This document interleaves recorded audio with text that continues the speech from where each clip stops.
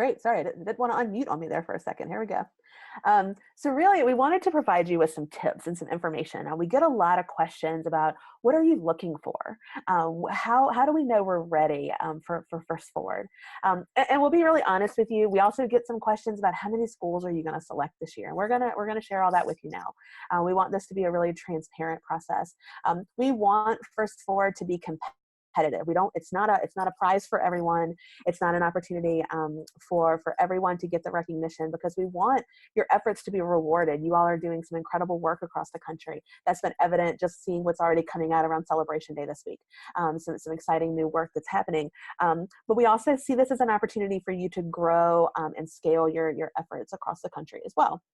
When we've been reviewing applications, some of the things we've been really interested in are institutions that have identified a point person, a steering committee, or a working group. You actually have some people on your campus thinking about first gen.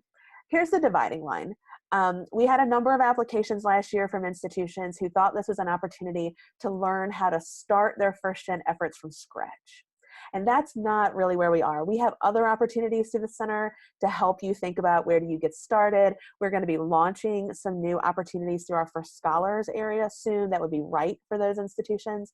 First Forward is really to recognize institutions who are already doing some work, have some things under their belt. They're ready to have conversations about growth and scaling, moving from programmatic support to systemic support across their institution. So think about that as a place. We're always welcome. We're always open and welcome to talking with you about where your institution might be and thinking about your First Forward application and if you're ready. And we'll have honest, open conversation with you about that. But again, you've got some people on your campus, especially if you've got leadership support, to say, yeah, First Gen is important to us and we want to do this work. You have some established student programs. You've got some things going on, a student organization, some support services. You might have TRIO within your community, which is important as well. Not a requirement, but of course an important program. You have had a conversation about your first gen definition. Maybe you're collecting data. Now, I want to be really clear as we're talking with this, you don't have to have all of these things done. You might just be working in some of these areas. Some of our stronger applications last year, because even though we selected 80, our pool of applicants was much higher than 80. And we had to do some whittling down. But see, these are a lot of the things that we saw that were helpful in their applications. You had collateral on your admissions websites or on your institutional websites that were thinking about first gen. Maybe you had evaluated how first gen students were being served in your community. Maybe you had a first gen platform for social media, or you were recognizing first gen students. We also love to see engagement of faculty in those cross-divisional, cross-collaborative partnerships, engaging faculty. And then really some of our more outstanding institutions were doing some faculty and staff professional development. They were having conversations with faculty and staff, including workshops and webinars and things related to what does it mean to teach and serve first gen students. And again, we had a mix of all of these things. There's some things within this.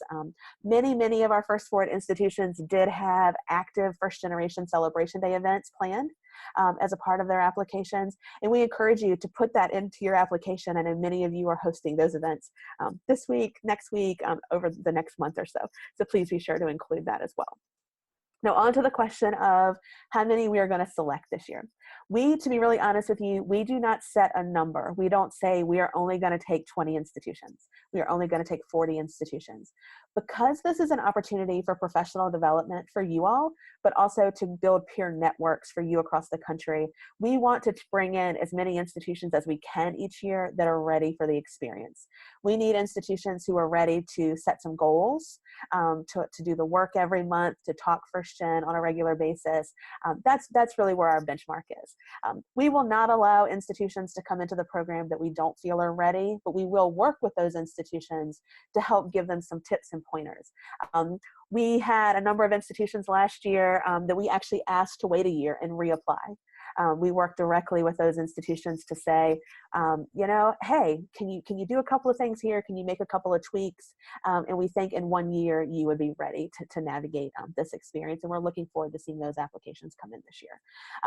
So we don't know for certain, but please know that that it's not intended to be a punitive process by any means. We will take a really deep look at your application, and we will take as many institutions as we can this year. We took 80 last year. That was a much bigger number. Dina and I initially sat out and said, maybe we'll get 20. And then the numbers grew. We said, maybe we could take 40. And we finally ended up landing at 80 because the institutions were just so good and so ready. And it has just turned into a wonderful community that we're excited to have you all a part of very soon.